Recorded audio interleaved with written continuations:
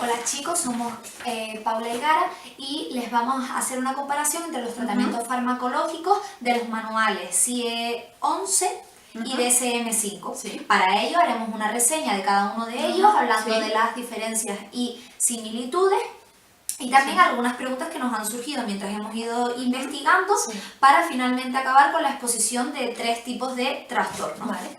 Pues si os parece vamos a empezar primero con el DSM-5, que es un manual diagnóstico y estadístico de los trastornos mentales, considerados estos como patrones de conducta que se asocian con un malestar tanto físico y emocional de la persona que te llevan a una pérdida de libertad. Todo ello está editado por el APA, la Asociación de Psiquiatría Americana, y cuya finalidad es que los profesionales puedan diagnosticar e intercambiar información y tratar los distintos trastornos mentales. Esto está organizado en 3 secciones. La primera sección dirigida al uso clínico y forense, una segunda sección a criterios y códigos diagnósticos y una tercera a la evaluación de los síntomas.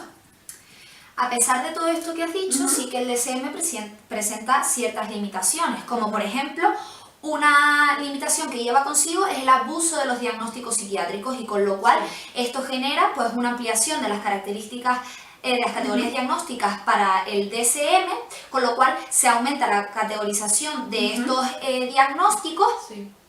Y lo que se hace es los denominados códigos Z, en los que se puede diagnosticar una enfermedad realmente partiendo de una situación de la vida cotidiana, con lo cual ese abuso de los diagnósticos también se refleja en las distintas ediciones del DSM. Por ejemplo, la primera edición de este manual presentaba 106 trastornos mentales frente a la quinta, que es de la que estamos hablando, que ya presenta 216, con lo cual en cada edición se van aumentando estos trastornos. Vale, ¿y qué tendrías que decir ahora del CIE? Pues mira, del CIE te diría que es una clasificación internacional de las enfermedades que está destinada principalmente a informar de forma estadística a nivel nacional e internacional,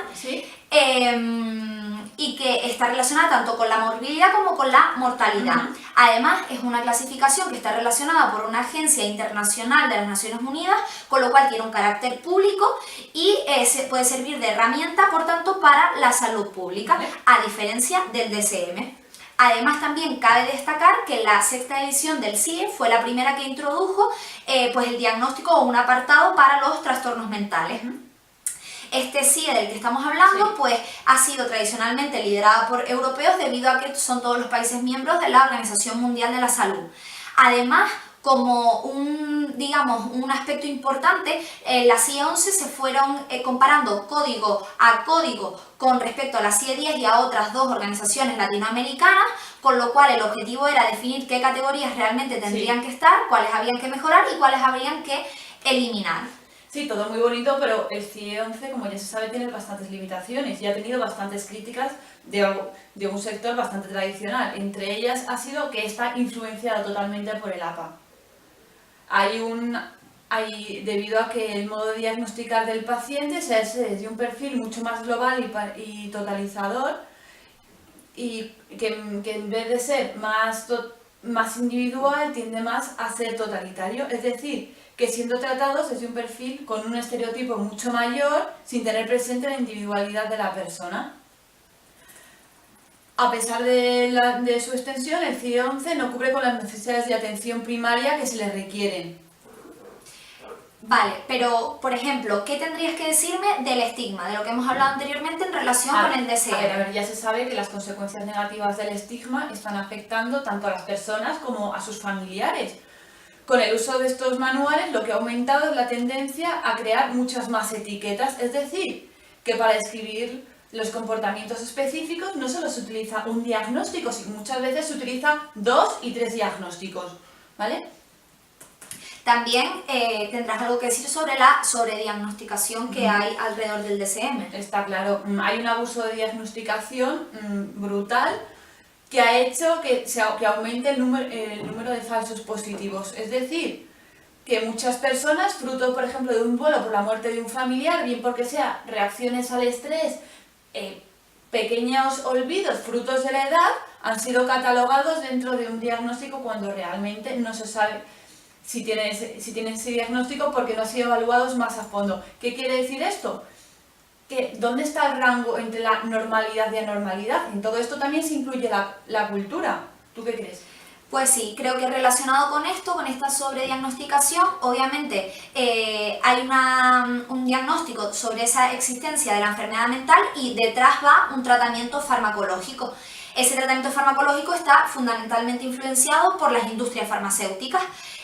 Obviamente lo que se diagnostican son situaciones normales, como hemos dicho anteriormente, Sí. que van acompañadas de ese tratamiento farmacológico, pudiendo, digamos, medicar a personas que realmente no necesitarían ese tratamiento. Que se podría curar, por ejemplo, con terapia psicológica. Por ejemplo, ¿y qué implica también eso? Que ese tratamiento farmacológico conlleva a los efectos adversos que tienen esos fármacos. Con lo cual, ¿qué condiciones estamos hablando? Pues primero, el desarrollo de esos fármacos y del marketing, que obviamente está influenciado por las industrias farmacéuticas. Segundo, que pueden haber países que se planteen realmente cuáles son los problemas de salud, porque si se le da más importancia a los trastornos mentales con respecto a otras enfermedades, pues ahí estaría ese equilibrio en la salud pública. Y por otro lado, que esto supone, como hemos dicho, la administración de fármacos con diferentes efectos secundarios que puedan ocasionar a su vez otros problemas para la salud pública. Con lo cual, lo que pretende la Organización Mundial de la Salud es reducir la carga, no, por el contrario, aumentarla, como hemos dicho, en estos casos.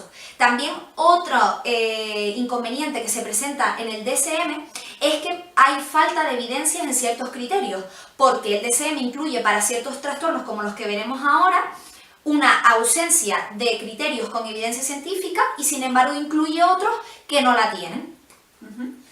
Pues vamos a empezar con 3 casos de enfermedades, principalmente uno famoso, el trastorno de déficit de atención e hiperactividad, en las cuales las coincidencias entre ambos manuales son las que presentamos en la tabla, sin embargo existen otras diferencias. Tanto en el DSM los síntomas deben estar presentes antes de los 12 años, en el CIE antes de los 7, en el DSM no tienen por qué darse los 3 síntomas del paciente y en el CIE sí que deben estar presentes. Y por último, el TDAH puede coexistir dentro del DSM con alteraciones de ansiedad y estados de ánimo comórbidos, y en el CIE la ansiedad u otros trastornos de estado de ánimo excluyen del diagnóstico del TDAH.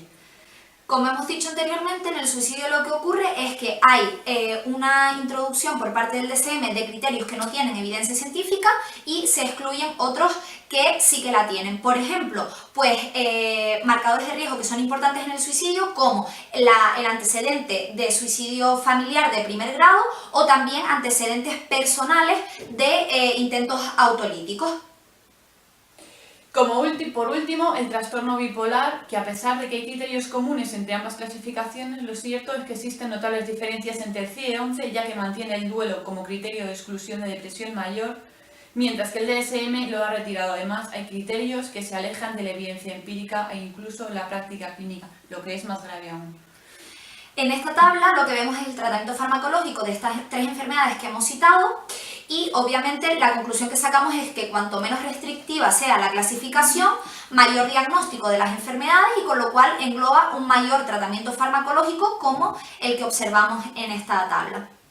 Por ahora las conclusiones globales que hemos sacado después de esta investigación ha sido que debido a los criterios diagnósticos del DSM ha habido un incremento en el volumen de consultas que puede oscilar entre un 20 y un 30% el aumento de las demandas asistenciales de los centros de salud mental.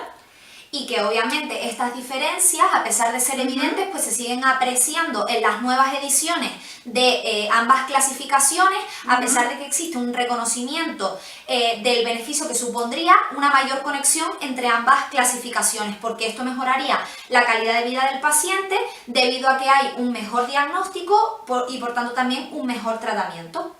Esperemos que os haya gustado y esperamos ver los vuestros. ¡Hasta luego!